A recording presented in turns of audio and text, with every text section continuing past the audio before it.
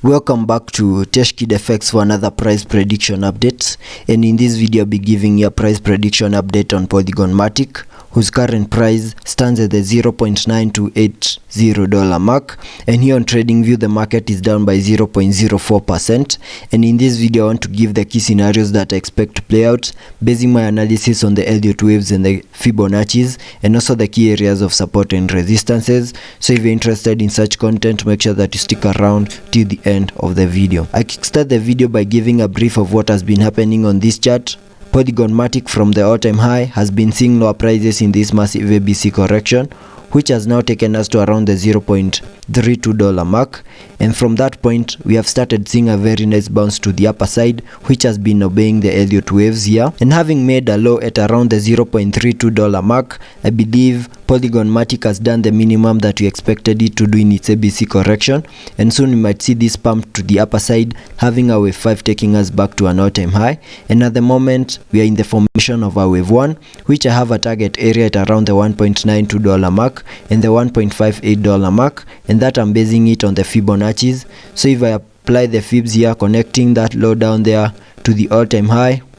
you can see that my yellow target area lies between the fib level 0.5 and the fib level 0.618, which is the minimum that I expect that wave 1 to the upper side to do. And within a wave 5, using the Elliot waves, we also need to see fractal waves in formation, and I believe that is the movement that we are in at the moment, and that is what I want to focus on in this video. So if I jump to the 4-hour chart so that you can see this better, here on the 4-hour chart, as you can see from what I have here on the chart, I expect to see a fractal wave, which is the wave here in yellow, and I believe we are in the formation of a wave 5 to the upper side to complete that first wave to the upper side. And if I get a little bit into the details of the formation of these waves,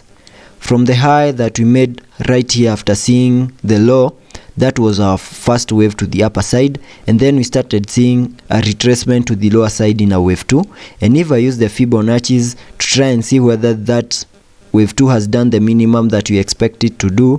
if I connect the Fibonacci's from the low down there to the high of that wave 1, you can see that that wave 2 has retraced to the area at around the fib level 0.382, then started seeing a very nice bounce to the upper side in a wave 3, which I had a target area here on the charts within this yellow target at around the $0.93 mark, and that I was basing it on the trend-based Fibonacci's. If I apply the trend-based Fibonacci once more, you can see that that blue target area, yellow target area, lies between the fib level 1.618, which is the minimum that I expected us to push to the upper side in a wave 3, and that happened here on the charts. And after seeing the high of the wave 3, we started seeing another retracement to the lower side in a wave 4, and if I use the fibs to see whether the wave 4 has done the minimum that we expect it to do in a retracement, connecting to the high of that wave 3, that gives us a target area for that wave 4 between the fib level 0.618 and the fib level 0.5, that is between the $0.78 mark and the $0.71 mark. And you can see the price of Polygon Matic has respected that. We had a nice retracement into this yellow target, then started seeing a very nice bounce to the upper side in what I now believe is a wave 5 to the upper side. And within a wave 5, I also expect to see fractal waves in formation within a wave 5, and it's possible that this movement to the upper side right here might be our first wave of that fractal wave within a wave 5. Then we have seen also the wave 2, and we are in the formation of a wave 3 to the upper side. Then we'd expect a wave 4 and then a wave 5 to complete this 5 wave to the upper side. Down here on this chart, I also have this blue target area, which is the minimum that I expected that wave 2 of that fractal wave to do, and that I was basing it on the Fibonacci's. So if I use the fibs connecting the low of that fractal wave down there to the high of that wave 1 in blue, that gives us a minimum retracement area between the fib level 0.618 and the fib level 0.38, which is the minimum that I expected that fractal wave in blue to do to the lower side, and that has played out here on the charts. After getting into this blue target area, we started seeing a very nice reversal to the upper side, and that brings me to the key scenarios that I expect to play out on this chart. It's possible that we might be in the formation of a wave 3 to the upper side of this blue fractal wave, and it's possible that we might continue seeing higher prices, and in case we manage to break above this key area of resistance at around the $0.95 mark, then I would expect us to see a retest of that area before we continue seeing higher prices. And once we manage to break above this high that we made at around the $1.02 mark, then higher prices could be coming our way, and also manage to break above other key areas of resistances in between here before we finish this blue fractal wave to the upper side. And using a trend-based Fibonacci, we can get the target area for that wave 3 to the upper side of that fractal wave. And to do that, I'll connect the low of that fractal wave down there, that is the wave 1 of the fractal wave,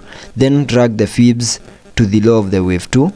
and that should give us a target area at around the fib level 1.618, and that is at around the $1.3328 mark. And I have a yellow target up here, so I expect us, once we manage to break above this key area of resistance, also break above other key areas of resistances in between here, we should get into this yellow target for us to say that we have completed that wave 3 of that fractal wave, then see a retracement in our wave 4, and then complete our wave 5 of that fractal wave to complete the higher Elliot wave count 1. And it's possible that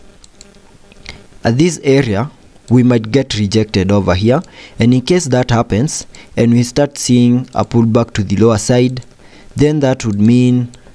maybe the low for this wave 2 is not yet in. And in case we get into this low down here that we made for that wave 2 and maybe break below that low and get to around the $0.78 mark, then that will be our low for that fractal wave to the upper side, and I'll have to readjust my Elliot wave over here, having my new low as the low for that wave 2, and then we can then expect a reversal. So it's possible once we get rejected over this key area of resistance and have a massive pullback to around the $0.78 mark, that low that we make will be our new low for that wave 2, and then from there we can start sketching out a wave 3 to the upper side. And if I also take a look at the indicators to see whether those movements here on the RSI will be supported, on the RSI we have massive room for us to continue pushing to the upper side if we manage to break above that key area of resistance. And it's also possible that in case we get rejected at that key area of resistance and have a pullback here on the RSI, that move will still be supported.